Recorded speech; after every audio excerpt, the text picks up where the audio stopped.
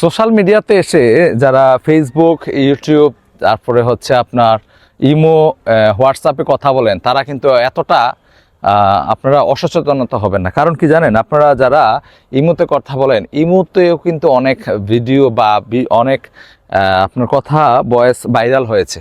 এগুলা কিন্তু অনেক লিক আউট হয়েছে, অনেক গোপনীয় কথাও কিন্তু আউট হয়েছে। হোয়াটসঅ্যাপে যারা কথা বলেন তারাও কিন্তু সতর্ক থাকবেন। কারণ কি জানেন, হোয়াটসঅ্যাপের কথাও কিন্তু এখন আপনার লিক হয়। কারণ কি জানেন, এখন সোশ্যাল মিডিয়াতে আপনি যতটা সুযোগ সুবিধা নিচ্ছেন, আপনি মনে করতেছেন মনে হয় আমি ইমোতে কথা বলতেছি, আমার কথাগুলি তো কেউ পাবে না, আমি হোয়াটসঅ্যাপে কথা বলতেছি, আমি ফেসবুকে কথা বলতেছি, মেসেঞ্জারে কথা বলতেছি। আপনি এটা জেনে রাখেন, হোয়াটসঅ্যাপ, মেসেঞ্জার, ইমো, ভাইবার যেটাতেই কথা বলেন না, কিন্তু রেকর্ড করার কিন্তু ওয়ে আছে এবং রেকর্ড কিন্তু হচ্ছে। এই কথাগুলো কিন্তু লিক আউট হচ্ছে। আপনি সবচেয়ে বড় বিষয় হচ্ছে আপনার মাথার কাছে যে মোবাইলটা রাখতেছেন, এই মোবাইলটা বা ক্যামেরা যেটা আছে, অনলাইনে আপনি কানেক্টে আছেন মানে আপনার মোবাইলটা হ্যাক অবস্থায় আছে।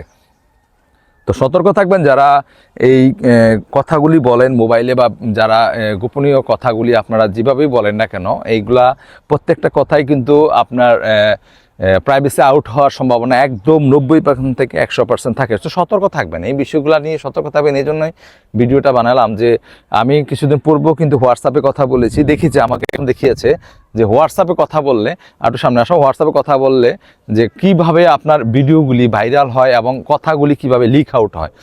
তো এই বিষয়টাই সতর্ক থাকবেন যেন আপনি হোয়াটসঅ্যাপে কোনো গুরুত্বপূর্ণ কথা এবং ইমোতে, ভাইবারে বা মেসেঞ্জারে সতর্ক থাকবেন, এই কথাগুলি যেন না বলি। আর মাথার কাছে মোবাইল না রাখাই সবচেয়ে উত্তম। কারণ হচ্ছে এই মোবাইলের ক্যামেরা যদি অন থাকে, আপনার প্রাইভেসি যদি রুমের ভিতরে অনেক কিছু করেন বা থাকেন, তখন কিন্তু সতর্ক থাকবেন। ভালো থাকেন, সুস্থ থাকেন। আসসালামু আলাইকুম।